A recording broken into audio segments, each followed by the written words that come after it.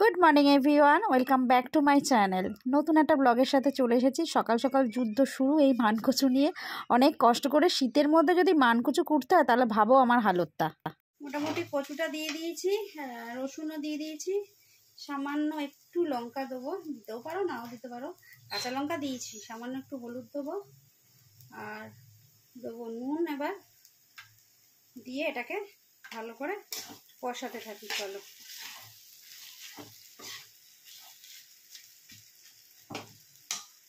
সকাল থেকে আজকে এত ব্যস্ত ছিলাম না, সেইভাবে আজকে তোমাদের সামনে আর আসতে পারিনি। তো একটু বেরিয়েও ছিলাম, বেরোনোটাও আর শেয়ার করিনি তোমাদের সাথে সেইভাবে। তো এই দেখো, এই বালিশের ওয়ারগুলো একটু কিনতে গেছিলাম। এই ওয়ারগুলো না আমার ভীষণ ভালো লাগে। এক তো এই সলিড কালারগুলো আমার খুব ভালো লাগে, তারপর না এগুলো একদম পিওর কটনের হয়, কালারগুলোও বেশ ওঠে না, খুব ভালো লাগে। তো একটা বিছানার চাদর কিনেছি রেড অ্যান্ড ব্ল্যাক, তো ওর সাথে না আলাদা করে কুশন কভারগুলো ছিল না, তো এই কভারগুলোই কিনতে গেছিলাম। এই যে চারখানা রয়েছে দেখতে পাচ্ছ বালিশের ওয়ার, মাথার বালিশের ওয়ার 4টে রয়েছে আর 2টো রয়েছে কোল বালিশের ওয়ার।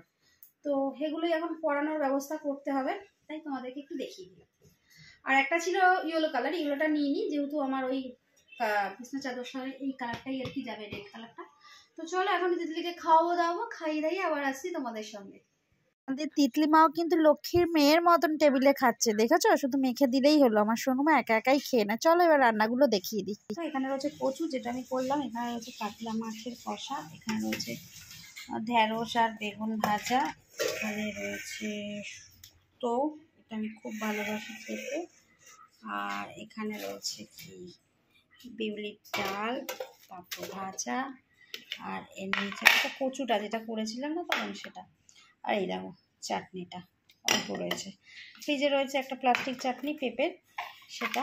আর এখানে রয়েছে লস্যি, আর এখানে রয়েছে আমার ছেলের ডাবের জল। তো চলো খাওয়া দাওয়া সেরে নিই।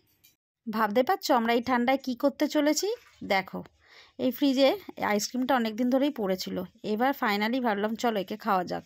মানে মিষ্টি আমার কিছু না কিছু চাই, তার জন্যে মিষ্টি ফ্রিজে নেই, তো ভাবলাম চলো আইসক্রিমটাকেই দুপুরবেলায় খাওয়া যাক, কারণ রাতে রিস্ক নিতে পারবো না আইসক্রিমের। তার জন্য সবাই মিলে এই আইসক্রিমটাকেই এখন দুপুরবেলা এনজয় করে নেবো। চলো, আমরা তিনজনে এখন বেরিয়ে পড়েছি ব্ল্যাঙ্কেট কেনার উদ্দেশ্যে। তখন দুপুরে বলছিলাম না, সত্যি ঠান্ডাটা খুবই পড়েছে, ঠিক আছে? ওর জন্যে এবছর নতুন কোনো ব্ল্যাঙ্কেট আমাদের কেনা হয়নি। এবছর বলতে আগের বছরও কেনা হয়নি, তো এবছর যাচ্ছি নতুন একটা ব্ল্যাঙ্কেট কিনতে।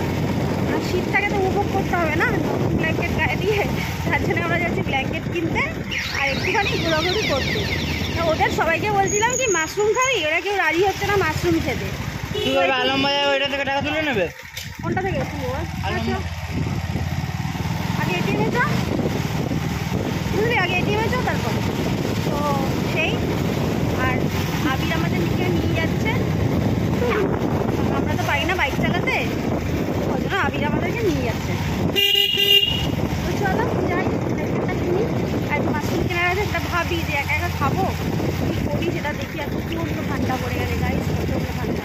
চলো না, মাশরুম আর একা একা খাওয়া যাবে না, কারণ কোনো পার্টনারই পাচ্ছি না মাশরুম খাওয়ার জন্য। তার জন্য ভাবলাম চলো সবাই মিলে যেটা খাওয়া যায় তারই বাজারে লেগে পড়ি।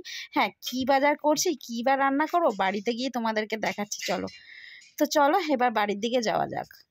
ব্ল্যাঙ্কেট চলে এসেছে, শীত যাবে যাবে, আর আমরা ব্ল্যাঙ্কেট কিনে নিয়ে চলে এসেছি। আর সোনু দেখছে ব্ল্যাঙ্কেটটা ঠিকঠাক হয়েছে তো, সোনু গায়ে দিতে পারবে তো, এইসব এখন সোনু দেখছে।